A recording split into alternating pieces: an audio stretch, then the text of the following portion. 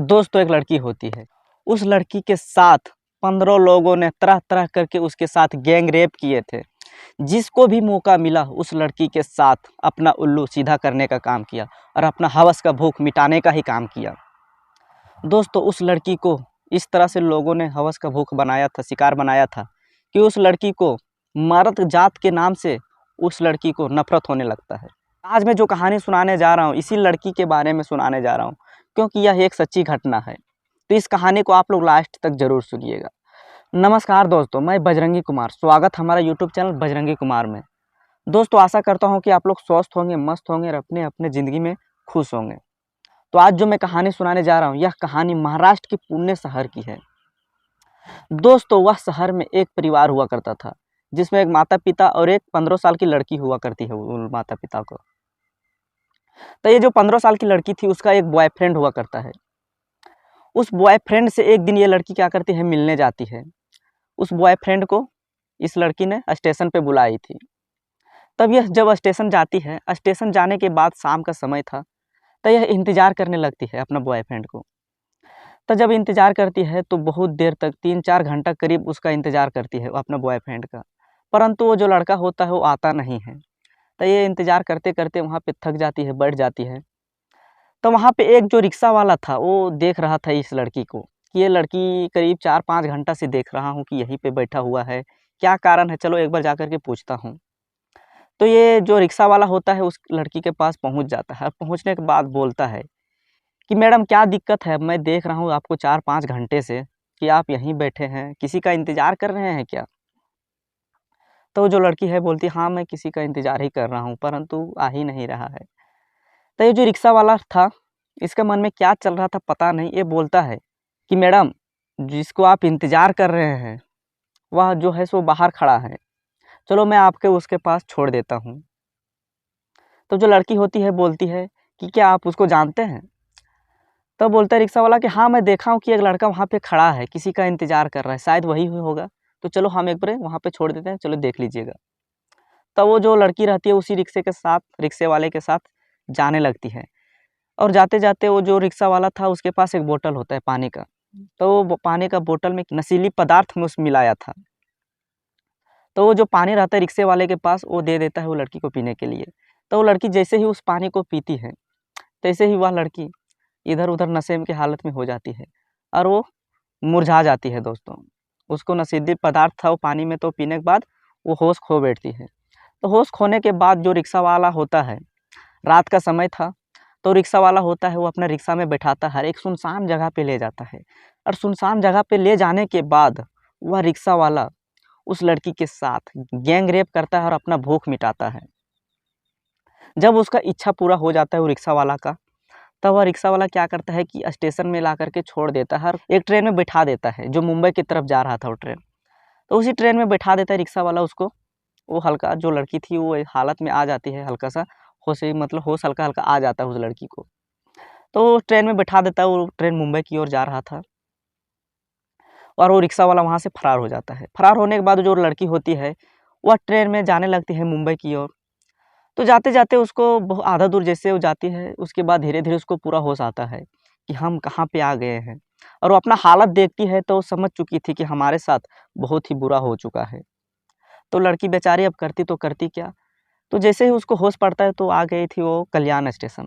तो वहाँ कल्याण स्टेशन आती है, तैसे वो उतर जाती है उस स्टेशन पे। उतरने के बाद वो फिर से बैठ जाती है एक कोने पे जा कर के। जब वहाँ पे बैठती है, तब दोस्तों वो लड़की को इस तरह से मुरझाए हुए देख कर के, जो वहाँ 12 लड़के थे उस लड़कों को ये लड़की नज़र पड़ जाती है। तब नज़र पड़ने के बाद वो लोग इसके पास आते हैं, लड़की के पास। आने के बाद वो लड़का इन लड़की का क्या पूछने लगती है कि तुम कहाँ जा रही हो? यहाँ पर क्यों बैठी हुई हो? कुछ दिक्कत है क्या? अगर दिक्कत हो तो बता दो हमको, हम तुम्हारा सॉल्व कर देंगे। तो ये लड़की होती है, बोलती है अपना प्रॉब्लम कि हम वहाँ बैठे थे, रिक्शा वाला था। उसको हम सारा प्रॉब्लम बोले, परंतु वो रिक्शा वाला हमारे साथ अत्याचार किया और फिर हमको एक ट्रेन में छोड़ दिया, जो हम यहाँ पे आ गए पुणे से और यहाँ पे आके बैठे हुए हैं। ये सब बोलने के बाद वो सब फिर उसका मन में, वो जो 12 लड़के थे उन लोगों का मन में इस लड़की के प्रति बुरा ही ख्याल चलने लगा। और वो लड़के सोचने लगे कि ये लड़की तो अकेली है और रिक्शा वाला तो इसके साथ अत्याचार किया, इसका रेप किया, तो क्या पता हम लोग भी चलो कर लेते हैं इसके साथ, कौन जानेगा। तो 12 लड़के थे, वो 12 लड़के उसको उठाते हैं वहाँ से और बोलते हैं मैडम चलिए हमारे साथ, आपको पूना शहर जहाँ आपका घर है वहाँ पे हम लोग छोड़ देंगे। तो उस लड़के जो 12 लड़के थे वो लड़के इस लड़की को उठाते हैं वहाँ से, उठाने के बाद वो लोग लॉज ले जाते हैं इसको, और लॉज ले जाने के बाद एक-एक करके सब लड़के मिल करके उसके साथ बलात्कार करते हैं। जब ये लड़की थी इन लोगों का विरोध करती है, तो ये लोग जो थे 12 लोग वो डरा धमका के बोलते हैं अगर तुम ज़्यादा चिल्लाने की कोशिश किया तो तुम्हारा यहीं पे खल्लास कर देंगे, इसलिए तुम ज़्यादा चिल्लाने की कोशिश मत करना। तो लड़की बेचारी करती तो करती क्या, इसी तरह करके वो लोग भी इसके साथ एक-एक करके बलात्कार किए। वो लड़की रोती रहती थी, बोलती थी भूख लगा है, मेरे को प्यास लगा है, खिला दो खाना, कुछ पानी पिला दो। उन लोगों को दया नहीं आ रहा था, उन लोगों का सिर्फ़ इतना ही था कि इस लड़की के साथ अपना भूख मिटाना था, और इज़्ज़त लूटना था, उन लोगों का यही मकसद था 12 लोगों को। तो जो लास्ट में लड़का जो उसके साथ बलात्कार कर रहा था, करने के बाद उस लड़का को इसके बात पे, इस लड़की के बात पे तरस आने लगता है, और वो लड़का बोलता है कि बोलिए क्या प्रॉब्लम है? क्या दिक्कत है बताओ? तो जो लड़की रहती है, बोलती है कि हल्का मेरे को पानी, कुछ खाना खिला दो। तो जो लड़का रहता है, बोलता है अच्छा ठीक है, कुछ पानी और कुछ खाना खिला देता है इस लड़की को, और खिलाने के बाद ये जो लड़का हो, उसको हल्का दया आ जाता है वो लड़की पे, क्योंकि वो लड़की नाबालिग होती है, और इसका दया आ जाता है जब लड़का को, तो लड़का उसको खाना-वाना खिला-पिला करके जा कर के स्टेशन वहीं पे छोड़ देता है, जहाँ से उठाया था। तो जहाँ से उठाया था तो वो लड़की वहीं पे पहुँच जाती है, पहुँचने के बाद फिर वहीं पर बैठ जाती है और सोचने लगती है कि हमारे साथ बहुत ही बुरा हुआ। ये सब सोच ही रही थी, तो वहाँ पे जो सफाई कर्मचारी रहते हैं, वो लोग सफाई करते-करते जब उस लड़की के पास पहुँचते हैं, पहुँचने के बाद वो लोगों को भी इसी तरह मन में चलने लगता है, और वो लोग भी उसके साथ वैसा ही अंजाम करते हैं, जिस तरह से एक रिक्शे वाला और वो 12 लोग जिस तरह से इसके साथ किए थे लड़की के साथ ही, उस लोग भी, वो सफाई कर्मचारी भी दोनों उस लड़की के साथ गैंगरेप जैसा अभद्र चीज़ का अंजाम देते हैं। इस लड़की के साथ गैंगरेप करते हैं। करने के बाद जब इन लोगों का इच्छा पूरा हो जाता है, दोनों सफाई कर्मचारी का, तो ये सफाई कर्मचारी फिर एक ट्रेन में बैठा देते हैं, जो ट्रेन केरला की तरफ जा रहा था। तो जैसे ही ये ट्रेन केरला की तरफ जा रहा था, तो ये सफाई कर्मचारी थे, वो लोग बैठा देते हैं। बैठाने के बाद ये लड़की उधर चल जाती है। तो जब लास्ट स्टॉपेज चेन्नई आता है, तो चेन्नई में जैसे ही ये लड़की उतरती है, उतरने के बाद वहाँ पे स्टेशन पे उतर जाती है, और वो एक जो बैठने वाला रहता है स्टेशन में, उसमें बैठ कर के रोने लगती है।